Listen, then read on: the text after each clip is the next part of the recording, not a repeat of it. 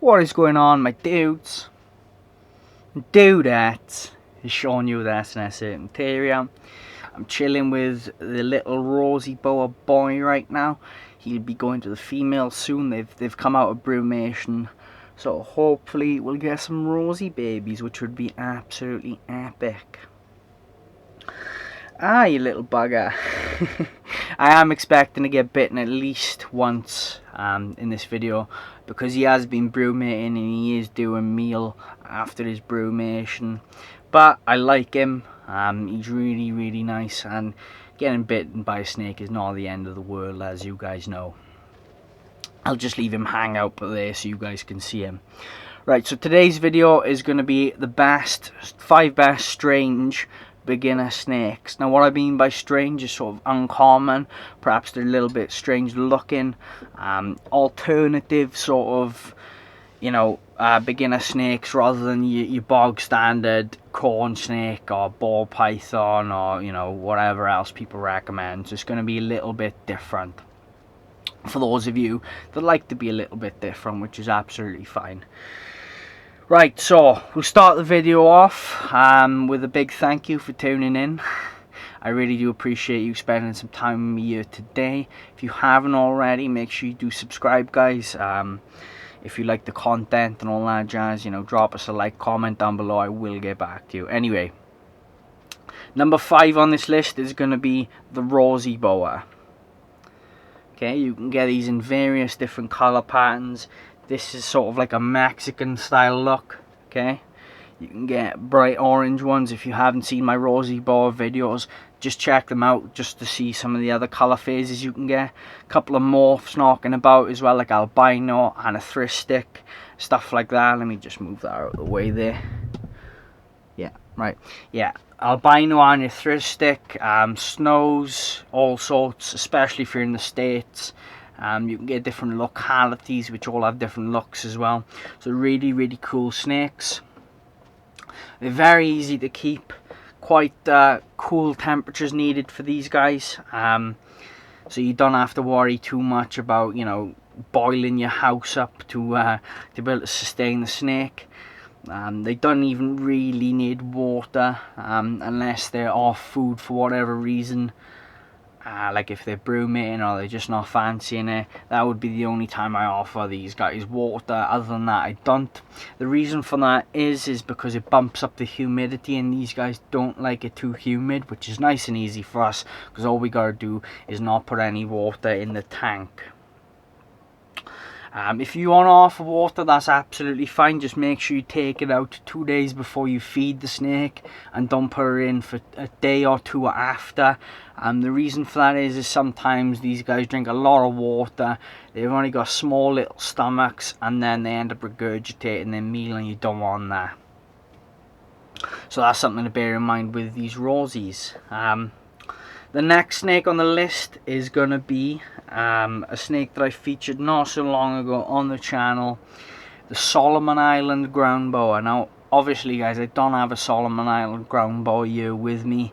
That was my friend's. If you haven't had a look at that snake yet, just feel free to check it out, okay? One thing I would say though, guys, if you're going to get a Solomon Island ground boa as a beginner especially, make sure you get one that is definitely established and stuff, because they can be very difficult to get feeding initially, and it can be an uphill battle to keep them alive within the first year. But not always. It depends which breeder you buy off, because some have better methods of establishing their snakes than others. The Solomon Island ground boas, guys, they won't get any bigger than 4 foot. They're really gorgeous snakes. They're very variable in colour pattern. They're not going to eat you out of a house and home because they're small and they've got slow metabolisms. They don't need it particularly warm either. It's just sort of standard sort of boa temperatures. Again, you'd have to have a look at the K guides on them. I'm not willing to give too much on K because I've never kept them. And then you just provide them with water and a humid-ish sort of living area. or you know, a humid hide, either would be fine really, and then you'll have no issues at all with those. The next snake on this list is going to be the Kanisha Island Japanese rat snake. Now, quite a few of you will be familiar with this snake, some of you may not be. This snake is blue in colour. It is absolutely gorgeous. It's really cool looking snake. The care would be very similar to a corn snake. Again, I'm not going to give care information because I've never kept them. You're just going to have a little look at that yourself, okay? Hello. Yeah, they don't get too large. They're gorgeous. They're generally quite workable and handleable. They're not massively expensive either. I saw one in the UK for sale, well, a breeder.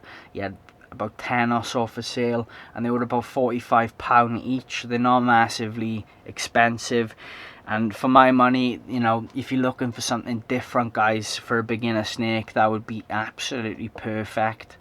The people that do keep them, absolutely, you know, they're in love with them. They talk about them until the cows come home, if you're familiar with that expression. The where are we on now? I've spoken about 3. So the number 2 on the list sorry guys, number 2 on the list is actually gonna be a python. If you can't guess what python it is, if you think you can, then comment down below. But it's going to be the children's Stinson and spotted python group, the Antaresia group of snakes. Now, these are not particularly uncommon, but what they make up for with their uncommonness is their big python personality and their ease of care. And this boy here is trying to eat me. I don't know if you could see that then. He's trying to eat me. Yeah, they make up for it in their ease of care, the ease of workability and stuff like that.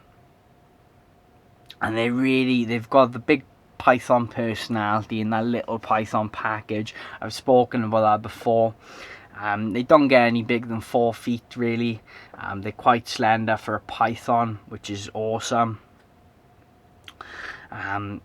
Humidity wise, you don't, or care wise in general, I've made care videos, so just go have a look at one of them, okay? I'm not going to get too much into that right now, but it's you know, it's not rocket science with those guys, okay? You're not looking at anything particularly difficult. You know, it's nothing expert level. It's, you know, it's your beginner gear. Read a couple of care guides, have a chat with a couple of breeders, and you know what you're doing. Obviously, if you mess it up, then these guys are pretty hardy, so you know, then they're going to be quite forgiving. Yeah, so they're worth looking into if you are a new keeper looking for something a little bit different. That's the spotted, children's, and Stinsons Python, the Antaresia group of snakes.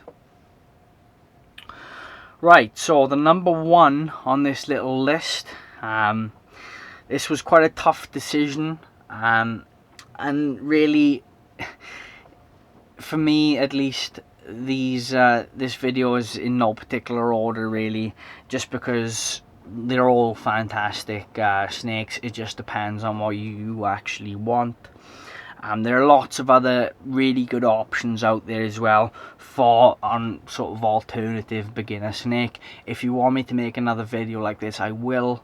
But number 1 is going to be the warmer python. It's another Australia snake. The scientific name is Aspidaites, I believe. I might be wrong on that. I am tired, I'm still in my pyjamas, so you're going to have to forgive me for that one. The warmer python, obviously I have my warmer python. If you want to look at the care guide, just make sure you have a look on my channel for the care guide. She's grown up quite well now. They differ from most pythons because they don't have any heat pits. They've got these little shovel heads. They live in Australia, as I've said. They tend to live in burrows and then come out at night time because in the day it's too warm for them.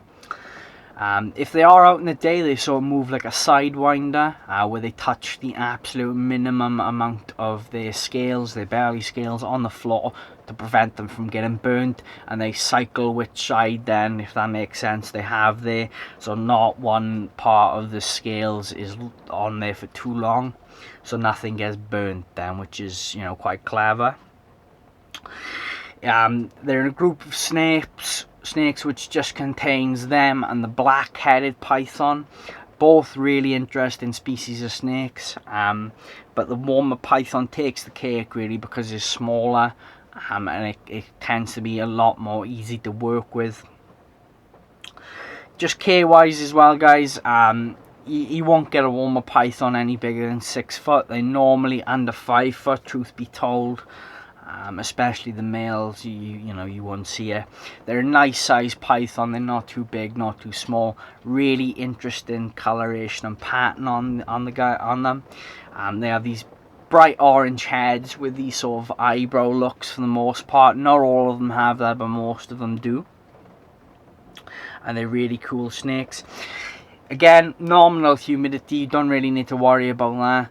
Offer a water bowl, a nice dry substrate, big enclosure, decent hot spot of around 32 Celsius or about 90 Fahrenheit, and then a cool end of around 80 Fahrenheit, which is about 26 Celsius, I believe. But again, make sure you look at the K-Guide. Don't just take my word for it. I'm not an expert. I'm not a vet, okay? But yeah, thank you for tuning in, guys. I hope you've enjoyed this video. If you want to see part 2, make sure you comment down below. I might just make these videos in no particular order from now on. I'll try to get as many of the snakes out as I can, but with the editing software breakdown, I can't really pause the video and come back and stuff like that, because, you know, it's just not viable anymore, which is a shame, but what can you do, eh? This boy's lovely. Yeah, you can't really go wrong with any of the snakes on this list. It's really just personal preference. For me, if I could keep all of them, I would, but I can't at the moment because I'm limited with space. But yeah, thank you for tuning in, guys. I really appreciate you spending some time with me here today. If you're new around here, make sure you do subscribe and smash the like button. Comment down below which one you would pick if you could only have one, and I will see you in the next video. Bye, guys.